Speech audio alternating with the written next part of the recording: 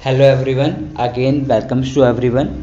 और आज हम अगेन अपना जो अभी तक हम एक टॉपिक आजकल कंटिन्यू कर रहे हैं कि हमारा जो मॉडर्न पीरियड टेबल है उसमें क्या क्या प्रॉपर्टीज़ हैं एंड कैसे कैसे आपके वो आपके ट्रेंड्स में फिलिंग किए गए थे या फिर कोई भी साइंटिस्ट आए उन्होंने किस तरीके से फिलिंग किया था। ओके, तो अगेन मैं अपना इंट्रोडक्शन का मैसेज देने की तो वैसे आपको ज़रूरत है नहीं, सब मुझे ऑलरेडी जानते हैं। तो फर्स्ट ऑफ ऑल ये है, देन हमारा टॉपिक की बात करें तो टॉपिक ऐसे तो मेनली ये क्लास 10th के लिए मैं बना रहा हूँ।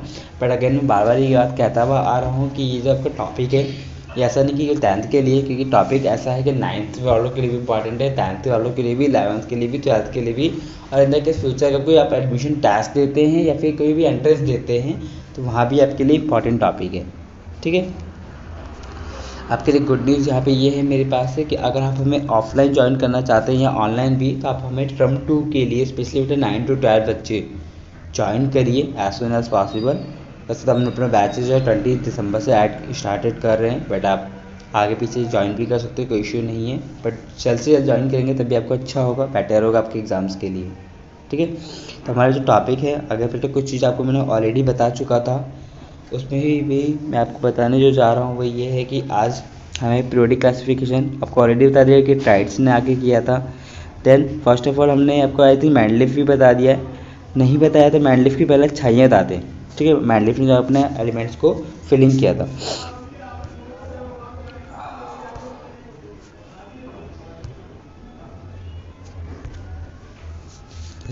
चलो देखो, मैंडलिफ वाली बात करें बेटा, मैंडलिफ की मेरिट्स क्या क्या थी। मैं तो मैंडलिफ की बेटा मेरिट्स की बात करी जा रही है यहाँ पे। तो मैंडलिफ की मेरिट यहाँ पे ये है कि Mendeleev periodic table had been remember and study the properties of the large number of elements. Mendeleev में फर्स्ट पॉइंट यहाँ पे बेनिफिट वाला ये था कि हम उसके द्वारा किसी भी बड़े से बड़े एलिमेंट्स के टेबल्स को ईजिली लर्न कर पा रहे थे। ठीक है, उन्होंने इस तरीके से अरेंजमेंट किया था। सेकंड बोला गया था कि उन्होंने जो अरेंजमेंट किया था बिल्कुल करेक्ट किया था, एटॉमिक मासेस के बेसिस पे किए थे जो। ठीक है,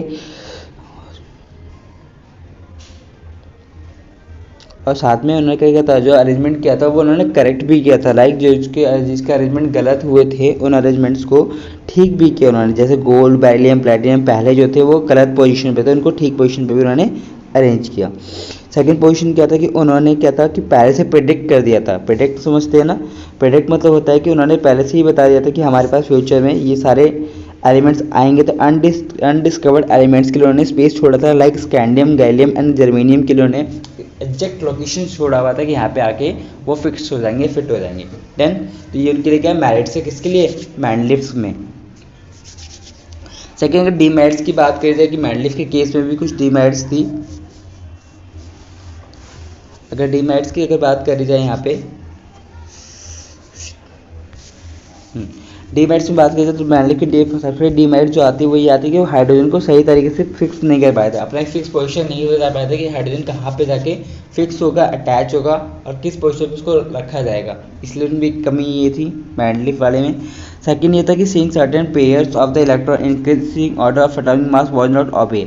जो उनका कहना था कि जो हमारा एलिमेंट्स का अरेंजमेंट होगा एटॉमिक मास के अकॉर्डिंग होगा, वो चीज़ उनकी हर जगह पे ओवे नहीं हुई थी, मतलब उनकी बात को फॉलो नहीं किया जा रहा था। एग्जांपल के लिए कि अगर हम आर्गन को देखें, उसका एटॉमिक मास 39.9 था, जो कि प्लेस कर दिया गया था किसे, पोटेशियम से पहले, और जो कि पोटेशियम का मास कितना है 39.1, राइट।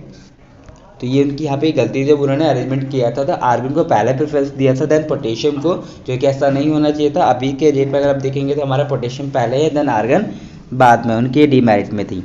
देन उन्होंने isotope were not given the separate place in the periodic table, और आइसोटोप्स जो थे हमारे उनको उन्होंने पीरियोडिक टेबल में सेम क्या किया था, एक स्पेसिफिक पोजीशन नहीं दी थी, उनका सेपरेट प्लेस नहीं बनाया था कि आइसोटोप्स हमारे इस कॉलम में आएंगे। अगेन अगर आपको बताओ तो आइसोटोप्स होते क्या हैं, तो आइसोटोप्स हमारे ऐसे एलिमेंट्स होते हैं जिनके एटॉमिक नंबर सेम होते हैं, दो अलग अलग एलिमेंट्स जिनके एटॉमिक नंबर सेम होते हैं बट मासेस डिफरेंट होते हैं, वो हमारे कहते हैं आइसोटोप्स। लाइक हमने बेटा एग्जांपल हमारे पास सबसे बेटर जो है वह कार्बन है। अगर आपको कलर चेंज करके बताता हूँ, एक सेकेंड। कार्बन 6 प्लस कार्बन 7, दोनों ही कार्बन है, उसका एटॉमिक नंबर क्या है, डिफरेंट है। सॉरी बेटा,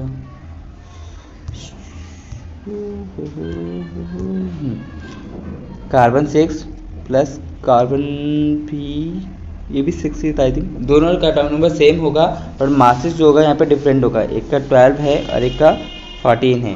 तो दोनों में आप देखेंगे कि कार्बन का एटॉमिक नंबर तो दोनों बार सेम है बट मासेस डिफरेंट है, कार्बन का आइसोटोप्स है।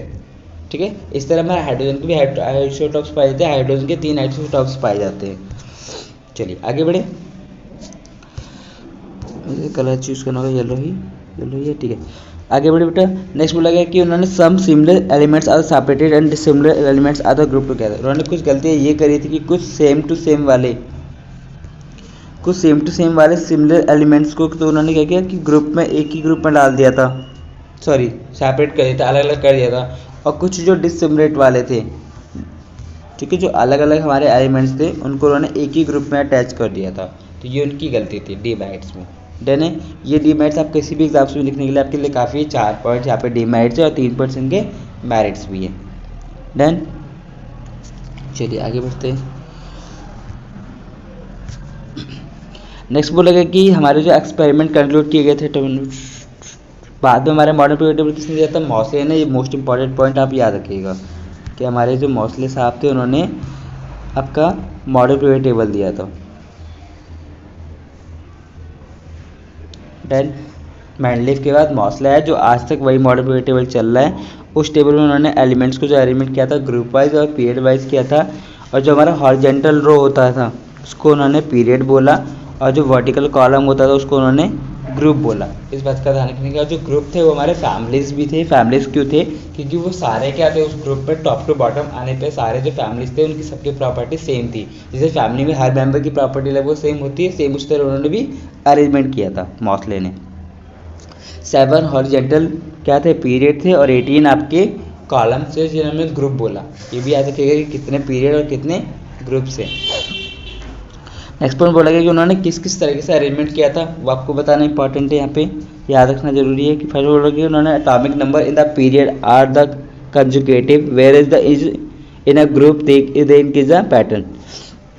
बोला कि उन्होंने एटॉमिक नंबर्स को क्या कंजुगेटिव तरीके से पैटर्न फॉलो करवाया था। कंजुगेटिव मतलब होता है कंटिन्यू आगे की तरफ बढ़ना, एक पैटर्न को फॉलो करना। वैसे कंजुगेटिव मतलब होता है नेक्स्ट अगला नंबर। तो यहाँ पे तो अगर मान लीजिए कि हाइड्रोजन ने देन अगले हीलियम देन लिथियम देन पोलियम, मतलब कि +1 एटॉमिक नंबर क्या होती चलेगी, इंक्रीज करते हुए वो उन्होंने अरेंजमेंट करते हुए उस पैटर्न को फॉलो किया था। सेकंड, उन्होंने इस बात का ध्यान रखा था कि जिस ग्रुप में वो जिस एलिमेंट्स को अरेंजमेंट कर रहे हैं उसका वैलेंस सेल इलेक्ट्रॉनिक कॉन्फ़िगरेशन वो क्या होना चाहिए, सेम होना चाहिए। Valence shell electronic configuration same होना चाहिए, प्लस उनमें जो केमिकल प्रॉपर्टीज थी वो भी क्या हमारी सेम हो। क्लियर, उस पूरे ग्रुप की क्या हो, केमिकल प्रॉपर्टी सेम होनी चाहिए। डन, आगे बढ़ते हैं। बोला कि however the elements of the same period have the incrementally increase number of the electron from left to right. बोला कि अगर हम पीरियड में बढ़ते हैं, ठीक है, तो हमारा क्या होगा, नंबर ऑफ इलेक्ट्रॉन बढ़ रहे थे लेफ्ट टू राइट जाने पे, and have their different valency. और जो कि जब हम लेफ्ट टू राइट जा रहे थे तो बढ़ भी रहे थे, प्लस उनकी वैलेंसी भी क्या हो रही थी, चेंज हो रही थी। तो मैंने आपको अपने प्रीवियस वीडियो में बताया था कि जो हमारा वैलेंसी होती है पहले इंक्रीज करती है लेफ्ट टू राइट जाने पे, देन डिक्रीज करती है। ठीक है, नेक्स्ट पॉइंट बोला गया 4 types of the element can be recognise in the periodic table on the basis of their electronic configuration. Electronic configuration के बेसिस पे हमने बताया कि हमारे जो एलिमेंट्स होते हैं वो हमारे 4 टाइप्स के हमने बताए, S P D F। ये मैंने आपको क्लास में भी बताया है कई बार कि हमने जो एलिमेंट्स थे उनको हमने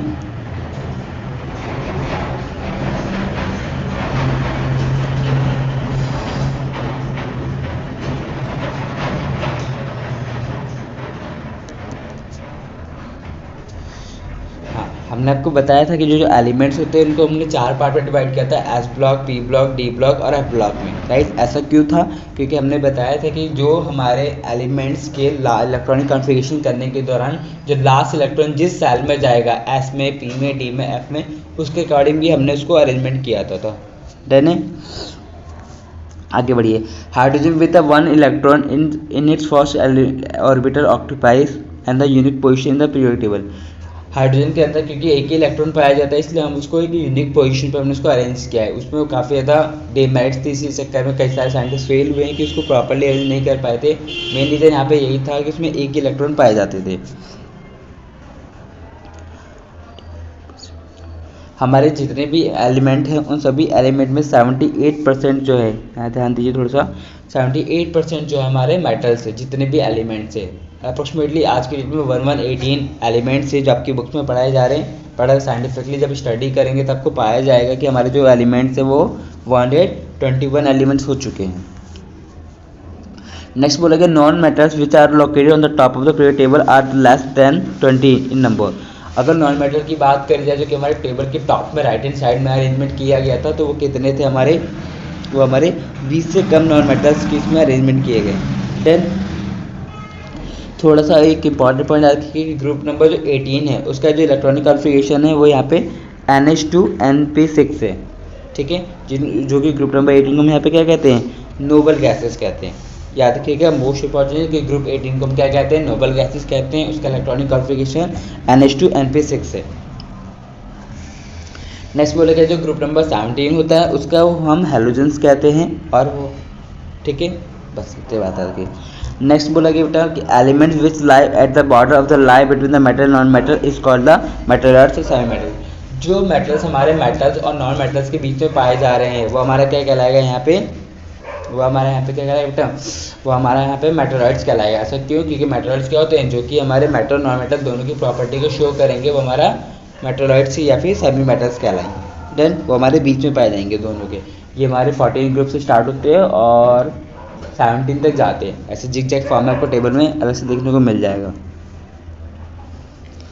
नेक्स्ट पॉइंट बोला गया metallic character increase with increase atomic number. जैसे एटॉमिक नंबर बढ़ेगा वैसे वैसे क्या मेटालिक कैरेक्टर इंक्रीज करेगा, किसमें, ग्रुप में। ध्यान रखिएगा कि ग्रुप में मेटालिक कैरेक्टर बढ़ता है और लेफ्ट टू राइट जाने पर पीरियड में घटता है। Physical and chemical properties of the element are very periodically with the atomic numbers. Periodic के लिए फिजिकली भी और केमिकल भी हमारे जो होते हैं ग्रुप वाइज अरेंजमेंट किए गए हैं वो क्या है, एटॉमिक नंबर के बेसिस पर अरेंजमेंट किए गए और कुछ नहीं। Element in the lanthanoid electronic series are called the inner transition element. जो हमारे एफ ब्लॉक के एलिमेंट जो नीचे दो अलग से बॉक्स बने जाते हैं, ठीक है, जो हमारे एलिमेंट्स होते हैं जिन्हें को हम एफ ब्लॉक के एलिमेंट्स बोलते हैं, वो हमारे क्या होते हैं, हमारे जो एलिमेंट्स होते हैं वो हमारे क्या होते हैं, जो हमारे एलिमेंट्स होते हैं एफ ब्लॉक के जो नीचे अलग से दो बॉक्स बने होते हैं ना, वो हमारे क्या होते हैं, वो हमारे लैंथोनॉइड्स एक्टिनॉइड्स होते हैं जिन्हें एफ ब्लॉक कहते हैं। तो वो हमारे उनको हम क्या कहते हैं यहाँ पे, इनर ट्रांजिशन कहते हैं, सॉरी इनर ट्रांजिशन एलिमेंट्स कहते हैं। इस बात का याद रखिएगा। डन है, ये हमारी सारी खासियत इसकी थी मॉडर्न पीरियड टेबल की। अगर आपको प्रॉब्लम हो रही है तो एक बार इसका स्क्रीनशॉट कर सकते हैं, फिर आपको ये नोट्स या पीटीएम से चाहिए हम उससे मांग सकते हैं। इससे आप मॉडर्न पीरियड टेबल की सारी प्रॉपर्टीज आपको लर्न करने के लिए बेटर है। डन, चलिए नेक्स्ट आते हैं।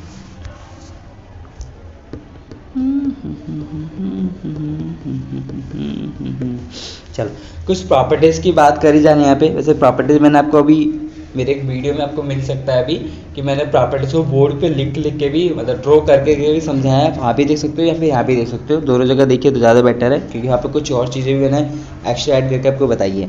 तो प्रॉपर्टी फर्स्ट ऑफ ऑल बोला बेटा एटॉमिक रेडियस जो होगा हमारा डिक्रीज होगा जब हम लेफ्ट टू राइट जाएंगे। इस बात को बिल्कुल याद रखिएगा। मैं थोड़ा सा हाईलाइट साइज कर लूँ। बोला गया कि एटॉमिक रेडियस दिखाई दे रहा है, थोड़ा छोटा हो गया। एटॉमिक रेडियस डिक्रीज करेगी जब हम लेफ्ट टू राइट जाएंगे और इंक्रीज करेगी जब हम ग्रुप में जाएंगे। लिख लीजिए ध्यान से आराम से। एटॉमिक रेडियस इंक्रीज करेगी जब हम लेफ्ट टू राइट जाएंगे और इंक्रीज क्या करेगी, डिक्रीज करेगी। ओके, और जब हम इंक्रीज कब करेगी, जब हम ग्रुप में जाएंगे। डन। एटॉमिक रेडियस मतलब एटॉमिक रेडियस एटॉमिक साइज। आपको मैंने वहाँ बताया था एटॉमिक रेडियस एटॉमिक साइज होता क्या है और कैसे हमने बताया कि एटॉमिक रेडियस कब ज़्यादा और कम होगा। नेक्स्ट बोलोगे आयोनाइजेशन एंथैल्पी क्या होगी, इंक्रीज करेगी पीरियड में जाने पे मतलब लेफ्ट राइट जाने पे और डिक्रीज करेगी ग्रुप में जाने पे।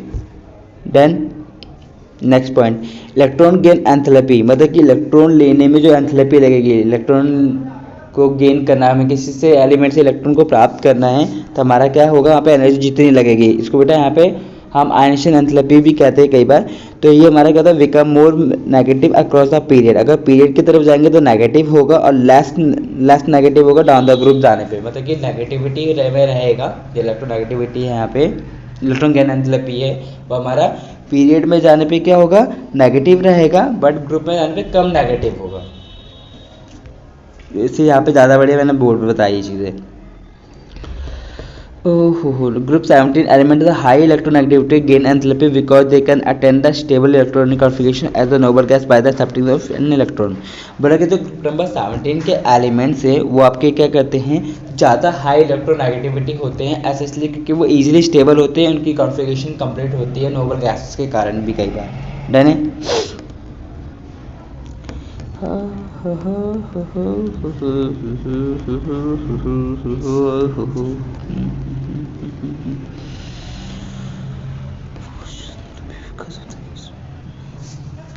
फिर इस बेटा आप सभी के लिए फ़िलहाल इसमें इतना ही था। जो प्रॉपर्टीज़ आपको लर्न रखनी है कि मॉडर्न पीरियड मैंड लिफ्ट के डिमेरिट्स एंड मेरिट्स बताया आपको मैंने।